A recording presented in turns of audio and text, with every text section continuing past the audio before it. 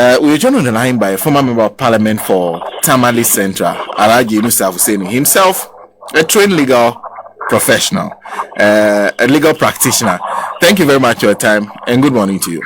Good morning, sir. How are you? I'm doing well, and I hope you are too. Well, I'm fine. Unfortunately, your voice sounds muffled. Well, I'm using the earpiece, so if you want, I can disable the earpiece and talk to you directly on the phone. Yes, that'll be great. That'll be great. So that we hear you very clearly. Yeah, I'm just trying to disable the earpiece. Okay, we're grateful. Thank you.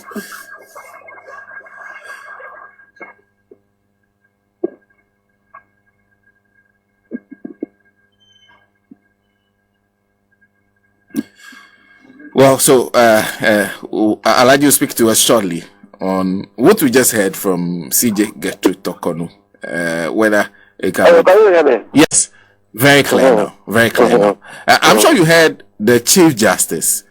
Is it a matter of she's entitled to her opinion? Well, is the Chief Justice being a politician?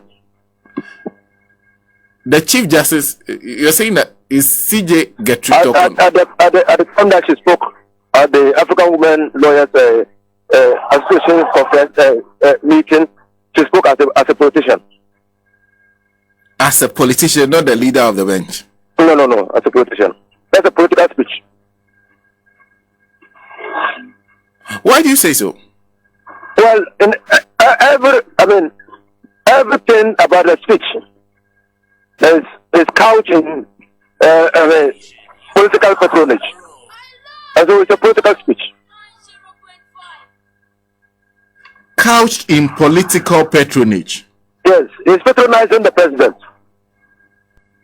And as a leader of an arm of government, I didn't think that speaking as head of the judiciary should have spoken that way. So, after listening to the speech and listening to it again, I have no doubt in my mind that she was engaged in politics.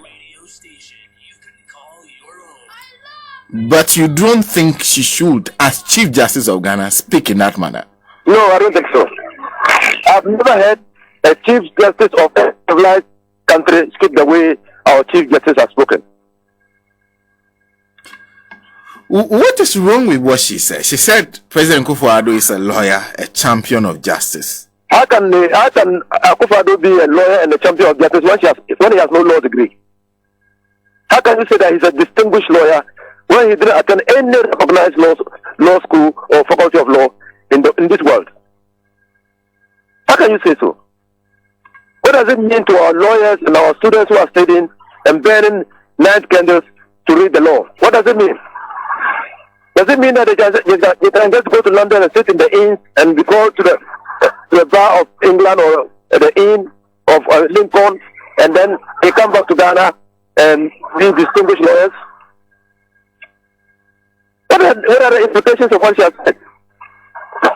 That is why you can come to no conclusion but to say that she was engaged in politics and she was engaged in political patronage. I'm very disappointed in the Chief Justice. But if I recall correctly, you on the same network once talked about the exemplary nature of President Akufo-Addo's advocacy at the bar. I spoke about the exemplary nature of what? President Akufo-Addo's advocacy and how even you looked up to him and perhaps some of you even tried to tailor your advocacy in court on the way he did it. Advocacy is different from being a solicitor. In Ghana, we have merged the two. Okay? Advocacy is different. And fine English no be law.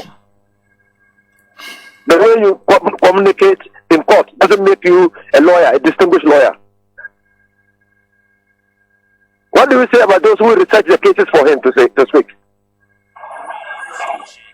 What do you talk about those who put up the argument for him to argue? What are they then?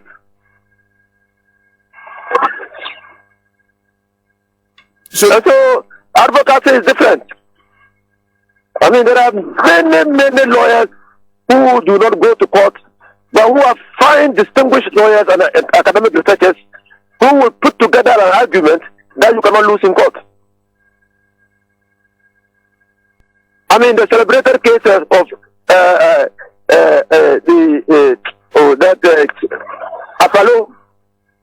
Apollo case that he argued. Is it the Tufo versus Attorney General? Tufo versus Attorney General. And we know those who put up the case for him to go and argue. He was not part of the research that did the research for the case and put out the arguments for him to go and argue. And so to come to say that, well, he's a distinguished lawyer whose name, well, he may be in the advocacy in the court, in practices in the court. But I can't see how you can say that somebody is distinguished that has no law degree anywhere in the world. So you disagree with him being called the most distinguished legal practitioner? Maybe the most distinguished advocate, but not a lawyer. No, I disagree. Because he has no legal certificate. He has no legal certificate anywhere from any university or recognized institution. What about champion of justice? How can you be a champion of justice? This is the fiction that was foisted on us to believe in Nana Addo. That was a fiction. Nana Addo is a fiction. It's fake. How can you say he's a champion of justice when there are two Supreme Court rulings against him acting unconstitutionally? How can you say that? How can you say that he's a champion of justice when he has cleared all his appointees who are from a case of corruption without going through due process? How can you say he's a champion of justice? How can you say he's a champion of justice when those who have been murdered in the elections that got him his second term are still, the families of whom are still crying for justice? How can you say he's a champion of justice? And I can go on and go on and go on. How can you call such a person a champion of justice? How can you call Nana Addo a champion of justice when at any turn of the corner he acts with impunity? That he can get his secretary to write that nasty letter to Parliament, an arm of government, and call him a champion of justice. That is why I say that, I mean, assessing the speech and putting it in its proper context, it belongs to the political realm and not the legal realm. But at least there's one thing that you can question. Would you question the fact that he believes in the rule of law? What does he? You don't think it's he does? Another fiction. It's another fiction. He said that he was going to establish, when he was swearing in Gloria, what is his name? The last Chief Sophia Akufo. He said that he was going to pursue or bring into being a new civilization that was based on the rule of law and the respect for the civil and political liberties of the individual. Today, what do we see? Journalists are being beaten up left, right, and center. And Maswali has been murdered, and up to now, no one has found his killer. I mean, just think of it, the level of corruption. The people, I mean, in the last election, there was a conscious, deliberate attempt to prevent some people from registering and getting onto the register. How can you say he believes in the rule of law and a respect for civil and political liberties of the individual?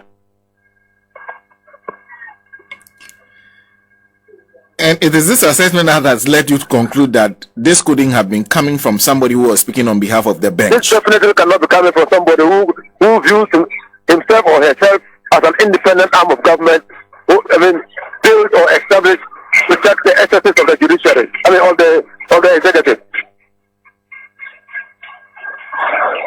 If you have made this judgment on the president of the country who has got a lot of questionable remarks on his head, how then do you rule against him?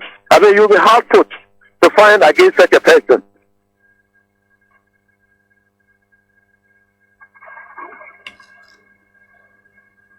So there are implications to what the speech the Chief Justice delivered.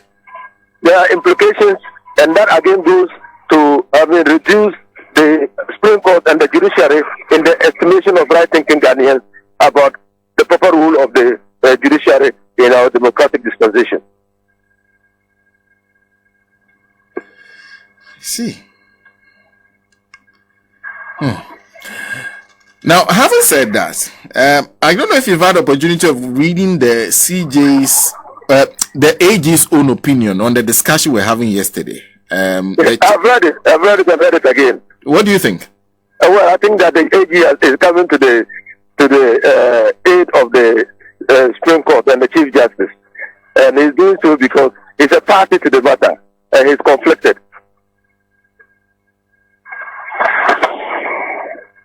He is a party to the matter and is conflicted.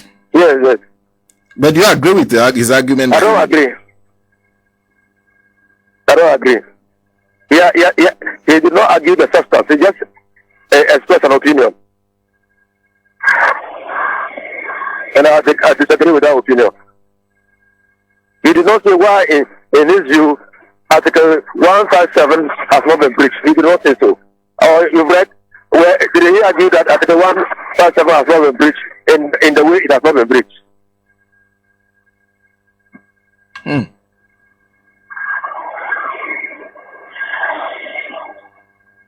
He talks about maintaining trust and confidence in the judiciary. And I say that the very things that he is doing, rushing to the aid of the judiciary, and also the Supreme Court behaving in the manner in which it behaves, is what reduces trust and confidence in the judiciary. I see. Well, Alaji, thank you very much for speaking to us. You're welcome.